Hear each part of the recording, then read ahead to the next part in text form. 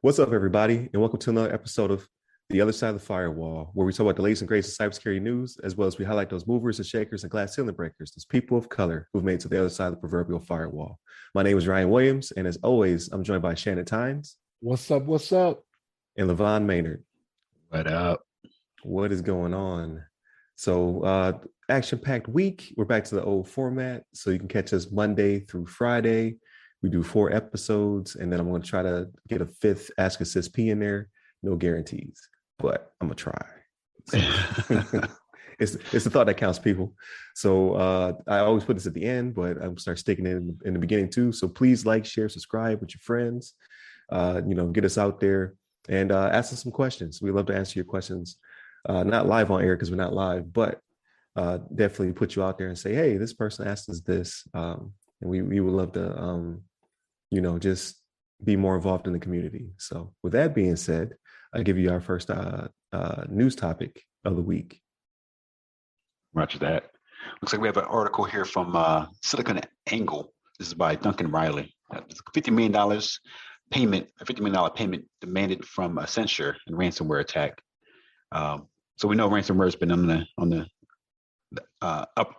It's been on the rise in the last couple of years here, more so than it has been in the past. But this article is basically describing how this organization, I think they call themselves the Lockbit 2.0 ransomware gang.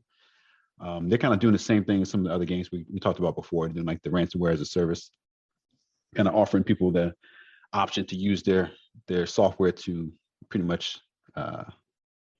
hack or pretty much like encrypt this company's data.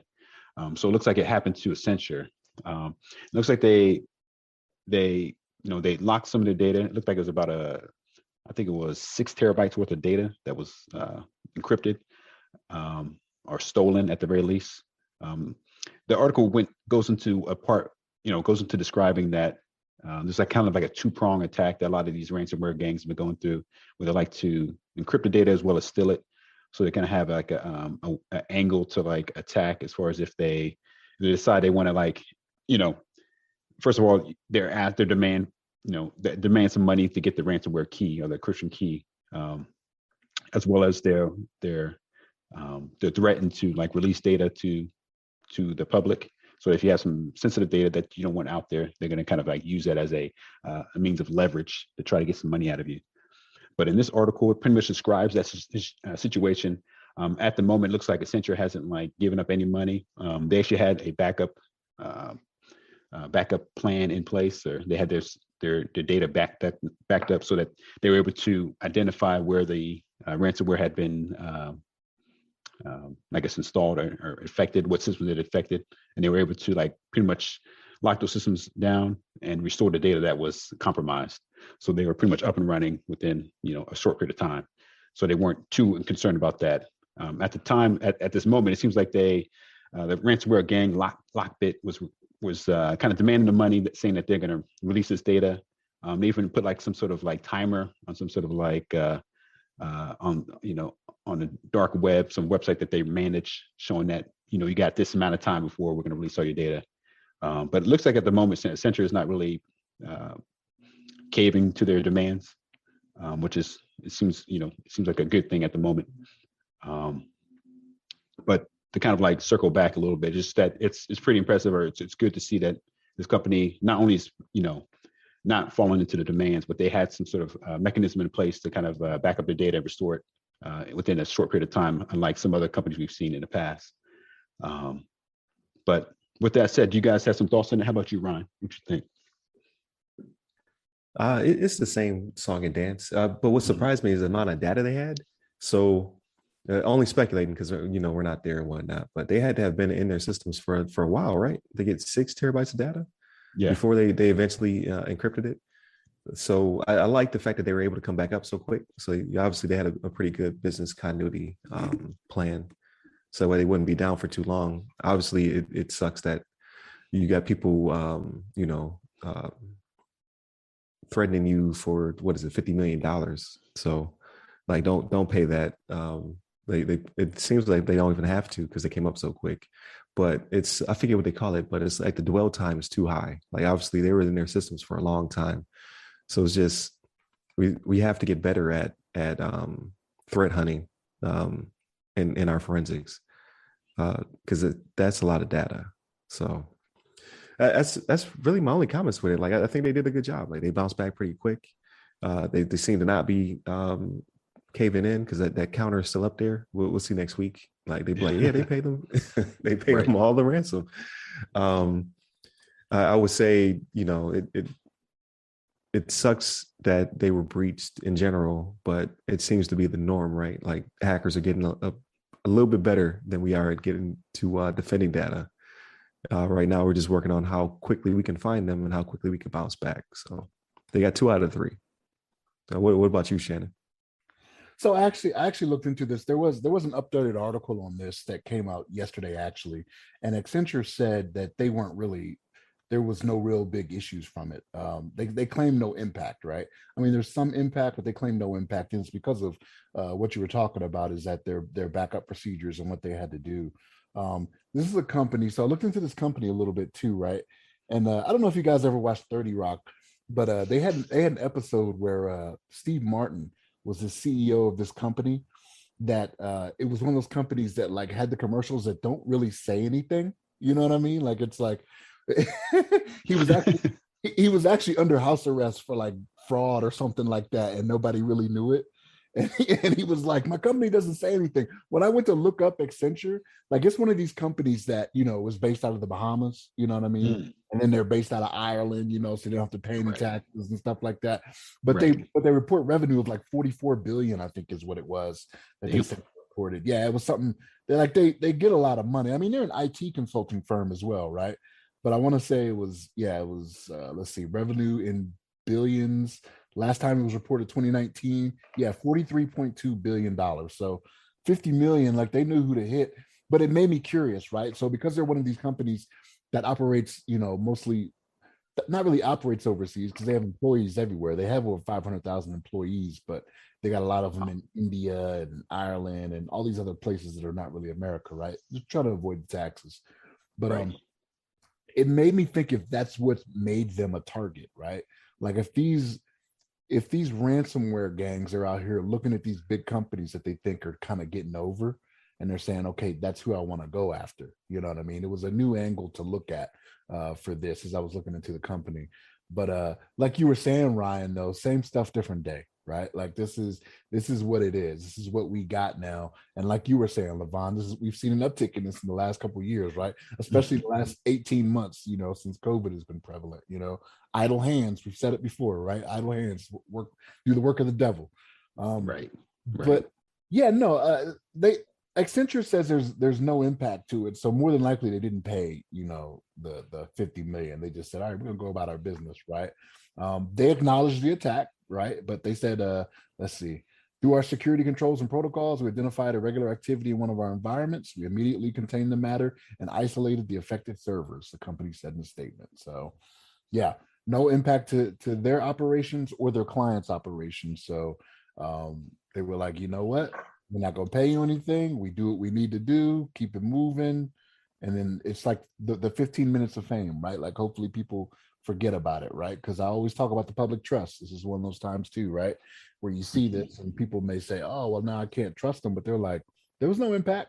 You know what I mean? Nothing to worry about. We took care of business. So yeah, Right. that's kind of where they are and what they're doing. But I'm going to start keeping tabs on this as we start seeing these big ransomware requests go out there. I'm going to start looking at these companies a little bit more. Be like, there's another one in the Bahamas. There's another one in the Bahamas. You know what I mean? See if that's who they're going after and if they're targeting these people. So they're trying to pretend like they're Robin Hood, right? Right. Right.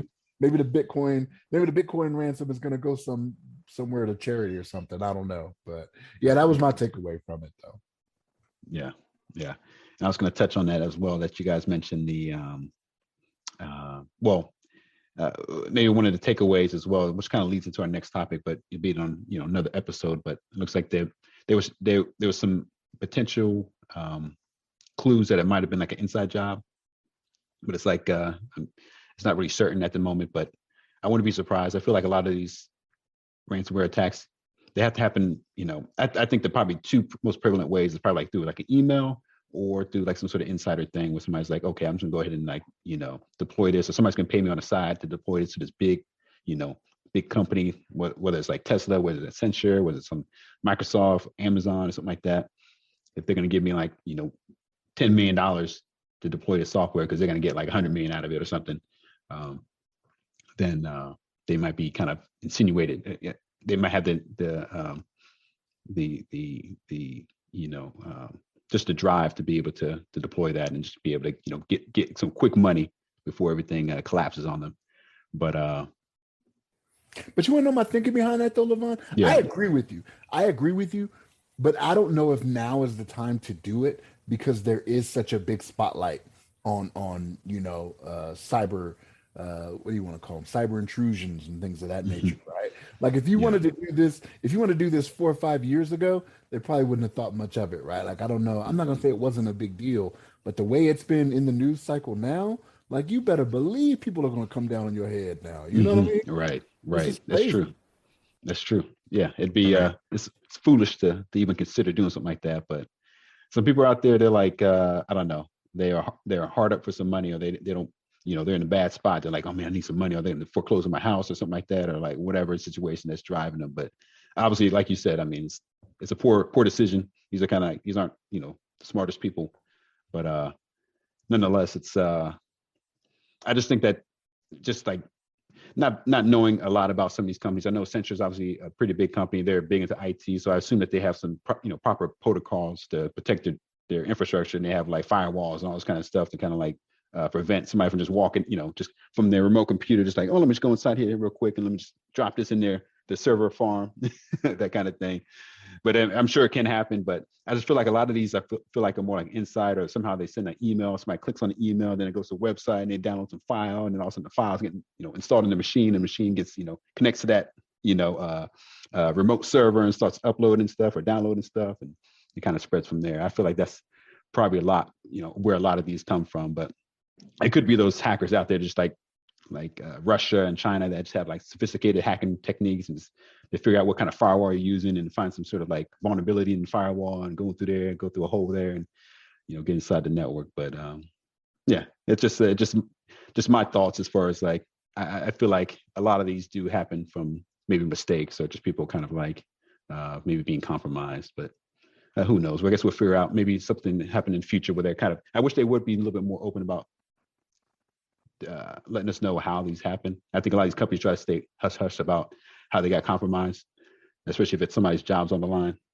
So, right. More phishing attacks than reconnaissance and pen testing.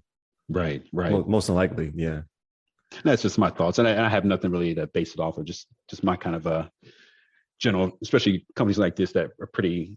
You would think they have like one of the best kind of security, mechanisms in place that deal with like IT consultant and all things like that. So, but who knows?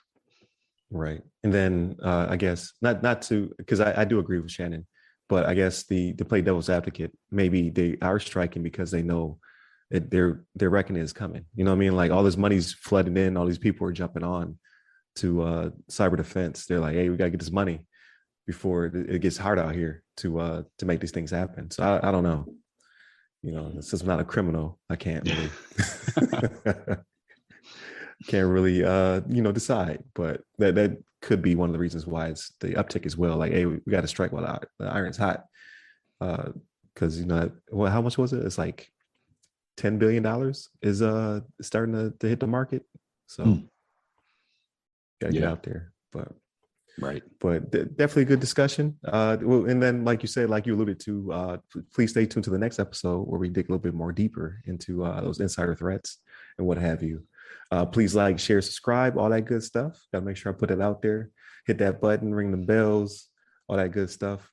Hit us up on the socials at www.theothersideofthefirewall.com.